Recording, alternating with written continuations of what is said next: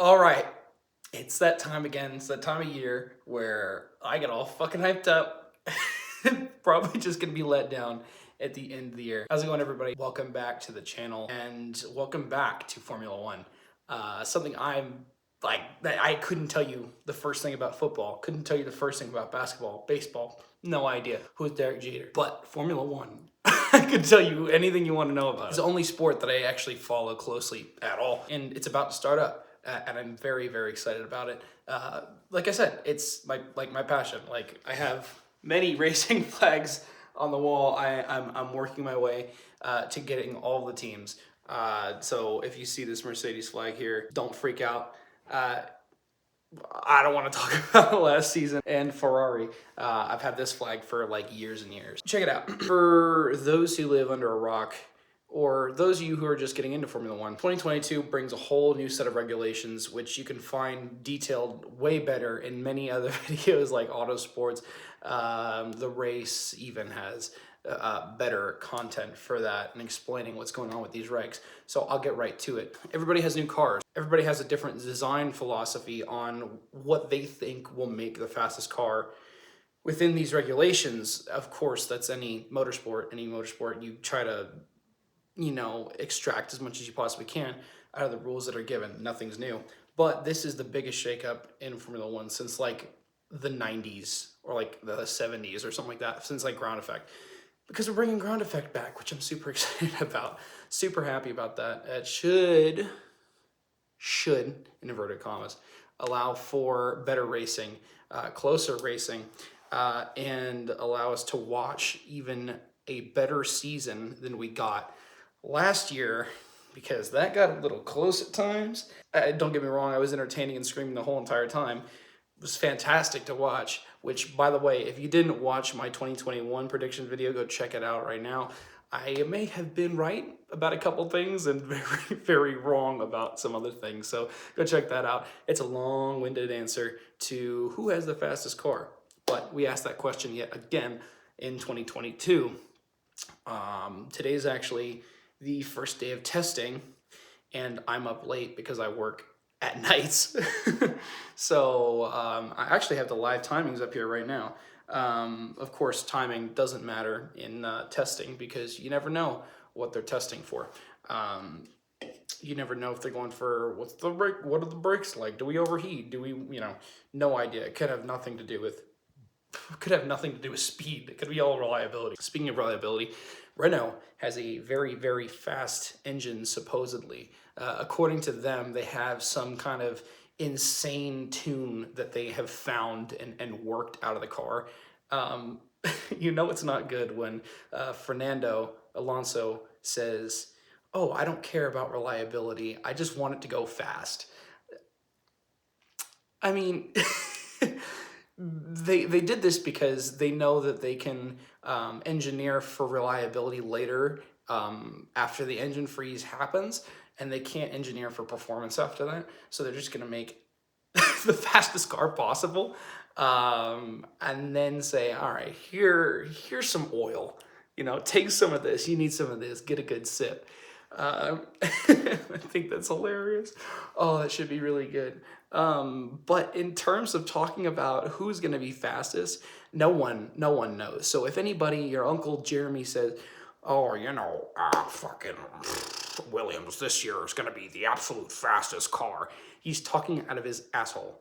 Unless he has a fucking degree in aerodynamics, thermodynamics, or like aeronautics or something like that. I don't think that you should take his word for it, because right now, literally everybody in the entertainment, sector for when it comes to Formula One is just speculating, and we really won't know until like free practice 1 happens. And even if free practice 1, we're not going to have a clue as to who's fastest, because it's the same thing as like you could have, last year, let's go by last year's thing.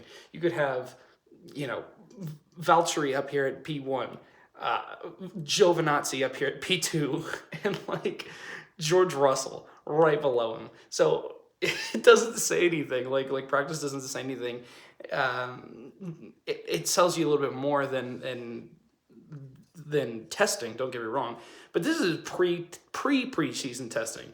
Like we have another testing session that comes in like a month, like a week before, like till we actually hit the track in Bahrain. So take it with a bit of salt. I just want to talk about the fun things that are going on right now in the preseason preseason space. The first people to announce and kind of showcase their car this year was Haas, and they showed us this really cool concept with this hard teardrop, and it was really aggressive, and I was like, wow, that's an interesting take on it. That was a fucking lie. Uh, they literally hit the track with something completely different. It's a little bit more of a soft taper at the end, and it, follows not nearly as not conical, like a funnel. It like looked like a funnel before. It doesn't look like a funnel really anymore. It's more of a, moist meter, like full raindrop, which is still cool. They have a really interesting thing, and I don't know why it's really interesting per se, but it is a thing. They have heat vents that come straight out of like the shark fin, right underneath the shark fin, I should say, and their shark fin is like suspended right above that. So I'm curious as to if they got hot air, rising and hit that shark fin, maybe it affects something differently. Like I said, I'm not an aerodynamicist. I'm not an aeronautics engineer. I'm not a thermodynamics, major. I have no idea. I'm talking out of my ass. It's fun to do. Uh, let's see. Aston Martin has a really interesting concept where they have a very long wide boy. It goes all the way up to the end. It really reminds me of like 1980 something. Let's say like 86 Benetton, 89 or so Benetton. Really cool livery on it. Reminded me a lot of that. Very wide, very long, kind of old, like MP4 style too. Like it's a little bit longer, which is cool. Like it's really neat. And they got a bunch of slots and gills like all the way up the side of the car, which I think is really neat. Very different to what Red Bull showed off. Red Bull showed off, to be fair, Red Bull showed off the FIA show car, trying to pose it as their own, which I thought was hilarious. And literally no one bought it. I mean, I understand it, don't get me wrong, but why would you pretend that it's your car? Like they put this weird livery on it that had like a really fucking long nose, like not joking, like 2014 spec, like it just looked long and like phallic. I don't understand why they did that.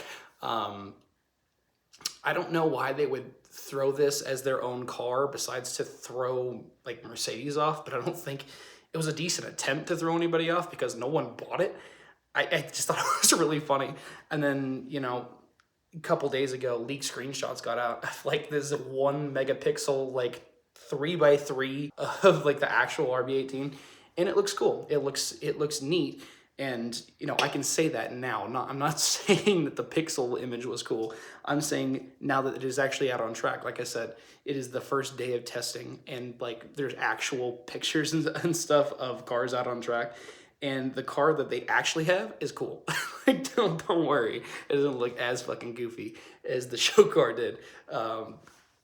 Really recessed, like paint that goes up onto the nose, which I thought was really cool. This looks very, if I'm looking at this, it strikes me as like 1990 something era cars, like the 1990 something Benetton, where it's just barely lifted up and like the wing is separated a little bit to get more air to the floor, which is cool. I think it's really neat. I think it looks like a proper car. Let's see, what else do we got going on?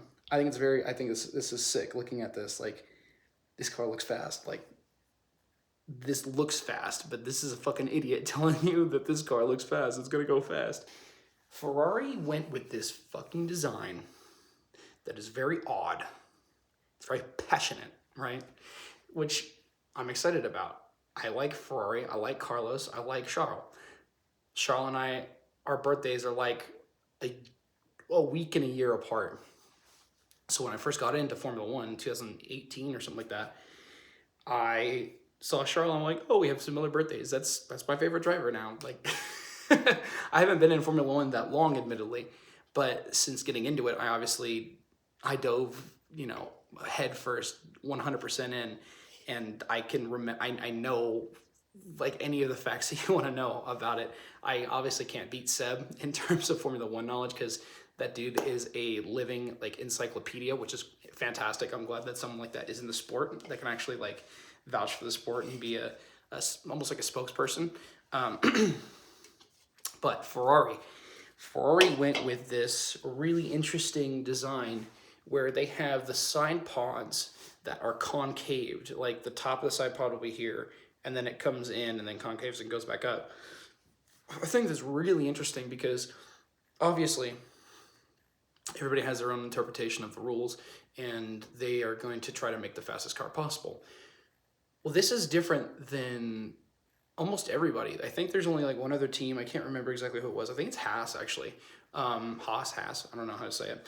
Um, it's really interesting because um, Ferrari went with this completely separate design, and obviously there's going to be experts and someone that knows exactly what's going on with these cars. With every other team, you know, Mercedes has had, you know, the most dominant or one of the most dominant runs in Formula One for the past, what is it, 6, 7 years, 8 years actually. Since 2014, they've had the most like successive run of success.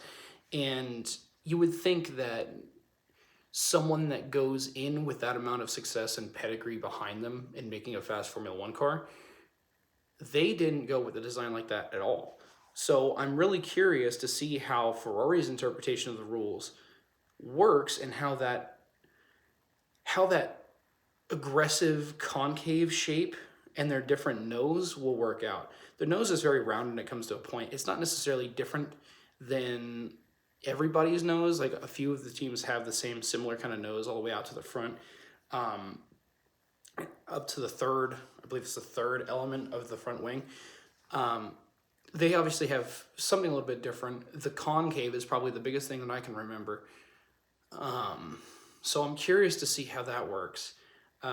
It's either going to go really well or Ferrari are going to have a bit of a time this year, and patented, tried and true next year. Next year. For every Ferrari fan, it's always next year. And I wish that this was televised. I'm so... I base so much of my personality off of Formula One. I really, really just want to get back into it. I'm so sad. So who are the top teams to look out for this year? Everyone. Like, look out for everybody this year, because there's so many different people that had so many different designs. Some say so many teams. There are like 10 teams total. Every single team has a different philosophy of what will make the fastest car. And since this is a completely blank slate, anybody can go for it. Like, anybody realistically can go for a win. Who knows how many different teams will get wins this year that haven't gotten them in a long time. If ever, I don't even want to like put out in the universe that Haas is going to get a win. I would like for them to get a win. Mick. Mick is the boy. Love Mick. But is it going to happen? I don't know. I don't think so. It's possible. They had the most CFD time this year. They had the most wind tunnel time. So who knows? That's the exciting part. That's why so many people are excited to get into Formula One this year. And if this is your first year getting into Formula One, it's a great place to start. It's a great blank slate to work from. And I think that you would really enjoy it. There's a lot of drama last season, even with these cars that make it very difficult to pass, very difficult to fight wheel to wheel. Dude, there was so much racing last year. There was so much battling on track that happened this year, not just at the top, the entire field. It was fantastic. So if you want more of that, you should watch it this year. And please don't kill each other over it, because there's a very select number of us that are out there. So yes, we're very passionate about our teams. We're very passionate about our drivers. Everybody makes mistakes. Everybody is human. Just leave it at that, okay? Don't get up in everybody's business about being a certain way. Don't be a fucking dickhead. Just don't. As a blanket statement, you don't even need to apply that to Formula One. Just don't be a dickhead. And I think that you would be a lot happier if it weren't. But that being said, there's a lot going on this year. There's going to be a lot of drama. and I'm excited for it because that's my reality TV, is actual real world sport. Fantastic. Something that I can never be able to do. I love watching it, and I love seeing it happen, you know, and it's something that I'm going to be showing my kids whenever I have them. It'll be a while, but it'll be something I show to everybody, and I really urge everybody to watch it because it's just, there's so much potential, you know, there's so much potential with developing real life cars, real technology in the future, and it's just something that I'm absolutely passionate about. So that being said, thank you guys so much for watching this very weird, like this odd kind of fun look at the 2022 season. Obviously didn't mention all the teams. Everybody, like I said, everybody has a different design philosophy, and I can't tell you who is going to be, you know, oh, this car looks like it's really fast this year. Like, I don't know that. I just wanted to talk about a couple of different things that have been happening preseason and share my passion with everybody. So that being said, thank you guys so much for watching, and I hope to see you guys again real soon.